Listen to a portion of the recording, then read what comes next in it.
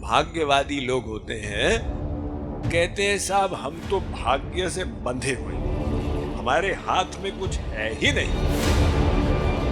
अगर आप कहें साहब इस जन्म में तो हम भाग्य से बंधे हुए हैं, हम कुछ कर ही नहीं सकते, तो फिर पिछले जन्म में भी भाग्य से बंधे हुए थे, कुछ नहीं कर सकते थे, उसके पहले भी भाग्य में से बंधे हुए थे। अगर हर जन्म में भाग्य से बंधे थे, कौन से जन्म में आपने पुरुषार्थ किया जिससे भाग्य बना? आप भाग्यवादी महोदय से पूछिए कि क्यों जी ये भाग्य होता क्या? देखिए, मानव मस्तिष्क जो है ना, वो कुछ ना कुछ बहाना बना देता। तो किसी को कहो भाई भक्ति करो ना, कहता है भाग्य में लिखा होगा तो भक्ति कर लेंगे, नहीं लिखा होगा तो नहीं करेंगे, सब तो भाग्य से होता है।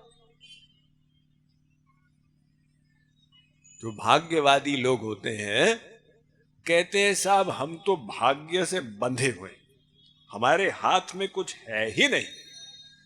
पौलस्त्य कथमन्यदार हरणे दोषो न विज्ञातवा नक्षैश्चापि युधिष्ठिरेण रमता ज्ञातो न दोषो नु किम् रामेणापि वनेन हेमहरिणस्यासंभवो लक्ष्यतः प्रत्यासन्न विपत्ति मूढ़ मनसा प्रायो मत श्रीयते।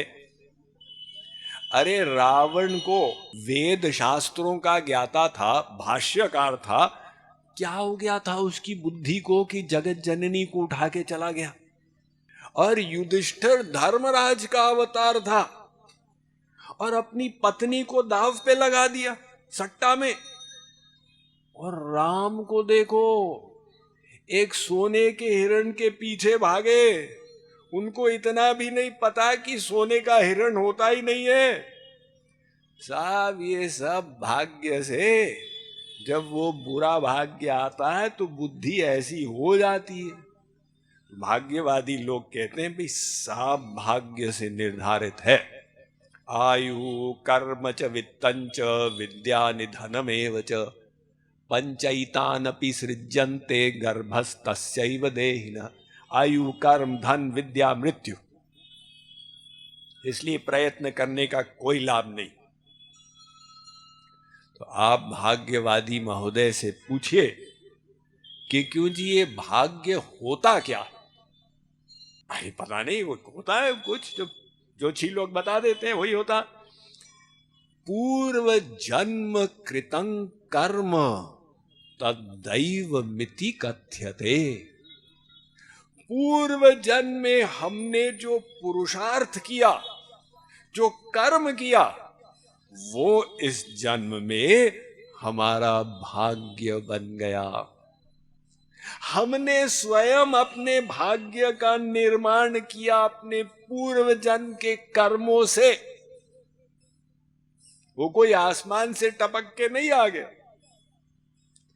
तो अगर हमको पूर्व जन्म में स्वतंत्रता थी कि हम स्वेच्छा पूर्वक पुरुषार्थ कर सकते, तो इस जन्म में भी स्वतंत्रता है। हर जन्म का नियम तो एक ही होता है ना। अगर आप कहें साहब इस जन्म में तो हम भाग्य से बंधे हुए हैं, हम कुछ कर ही नहीं सकते, तो फिर पिछले जन्म में भी भाग्य से बंधे हुए थे, कुछ नहीं कर सकते थे, उसके पहले भी भाग्य में से बंधे हुए थे। अगर हर जन्म में भाग्य से बंधे थे, तो कौन से जन्म में आपने पुरुषार्थ किया जिससे भाग्य बना? और अगर किसी जन्म में पुरुषार्थ किया ही नहीं तो भाग्य आ कहां से गया? और अगर एक भी पूर्व जन्म में आपने स्वेच्छा पूर्वक पुरुषार्थ किया तो इस जन्म में भी कर सकते हैं। इसलिए दैव दैव आलसी पुकारा, हमें प्रयत्न करना होगा। ये सही है कि भाग्य है जीवन में। 3 प्रकार के कर्म होते हैं। एक, संचित कर्म, हमारे अनंत जन्मों के कर्मों का संचय। वो भगवान के पास लेखा जोखा है? उसे कहते हैं संचित कर्म, और दूसरा प्रारब्ध कर्म।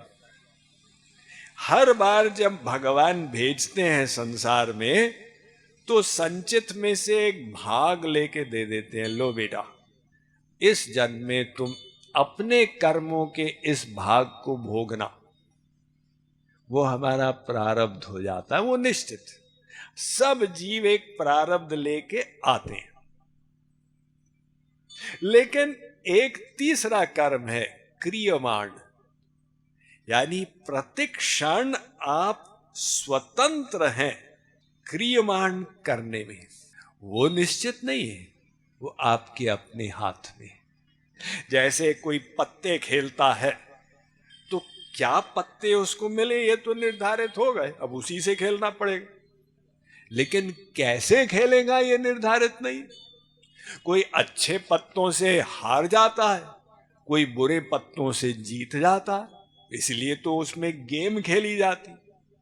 ऐसे ही भाग्य में अगर लिखा था कि भाई 10 करोड़ मिलेगा तो मिलेगा, लेकिन अब आप चाहे तो 10 करोड़ का 1 अरब बना दें, या उसको सब फूक के और फटीचर हो जाए। तो इसमें भाग्य का दोष नहीं है, ये अपना पुरुषार्थ था। ऐसे ही भक्ति में भी अब जो अपने संस्कार लेके हम आए, इसके आगे हमें प्रयास करना होगा। और हम कैसा भाग्य में लिखा होगा तो हो जाएगा, तो फिर हम बैठे रह जाएंगे। इसी को कहते हैं भाग्य तुष्टि। Mind management, life transformation, power of thoughts आदि प्रेरणादायक एवं आध्यात्मिक वीडियोस के लिए सब्सक्राइब करें स्वामी मुकुंदानंद हिंदी यूट्यूब चैनल को और बेल आइकन को अवश्य दबाएं ताकि आपको ये वीडियोस मिले सबसे पहले।